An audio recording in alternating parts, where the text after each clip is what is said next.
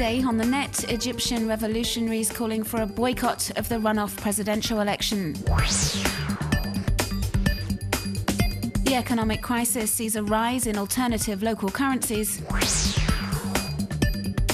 And Monmouth in Wales becomes the world's first Wikipedia town.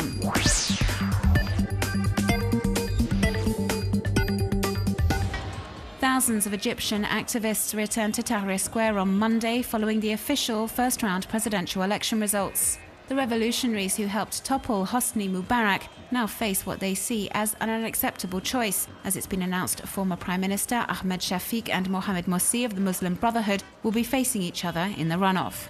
The campaign headquarters of Ahmed Shafiq, who's widely considered as a vestige of the former regime, was set ablaze, and the Muslim Brotherhood's Twitter account was hacked into last weekend. The party's logo was replaced by a photo of Khaled Said, an icon of the Egyptian revolution. And calls for a boycott of the runoff election are multiplying on the microblogging site. This web user, for example, says his vote represents choosing between a military dictatorship or a religious dictatorship.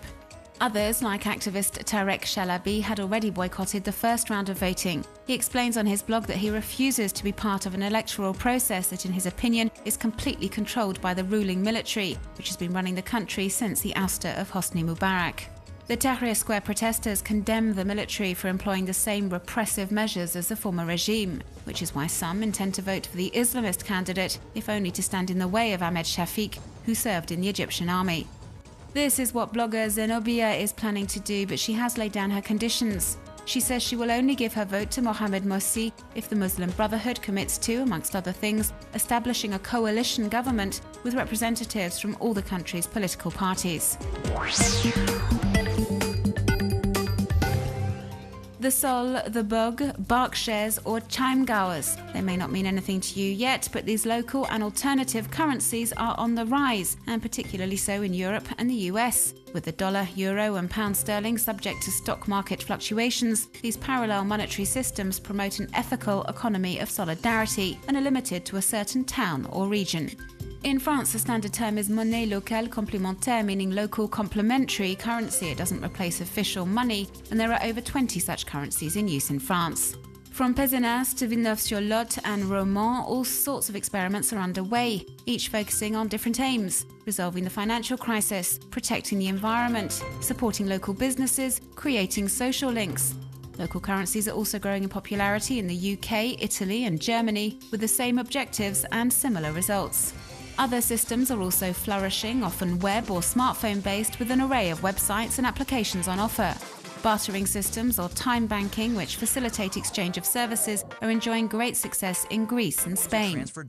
And contrary to these very local initiatives, the Bitcoin, an electronic cash system launched in 2009. Anyone can acquire these cyber coins and spend them on the web as they so choose. Two women from the United Arab Emirates have set up an internet campaign encouraging foreigners to show more decency, and they're using the keywords UAE Dress Code to spread the word. Expats do offend locals with their skimpy outfits and public displays of affection. So, over the past few weeks, web users have been campaigning for them to show greater respect to Islamic traditions and customs, even if the UAE is considered to be one of the most liberal countries in the Gulf.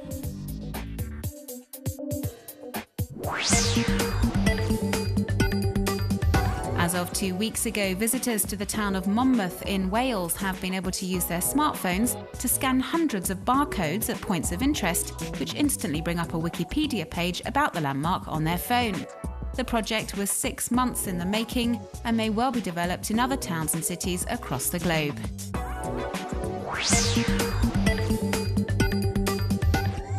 Can anyone make music on a synth?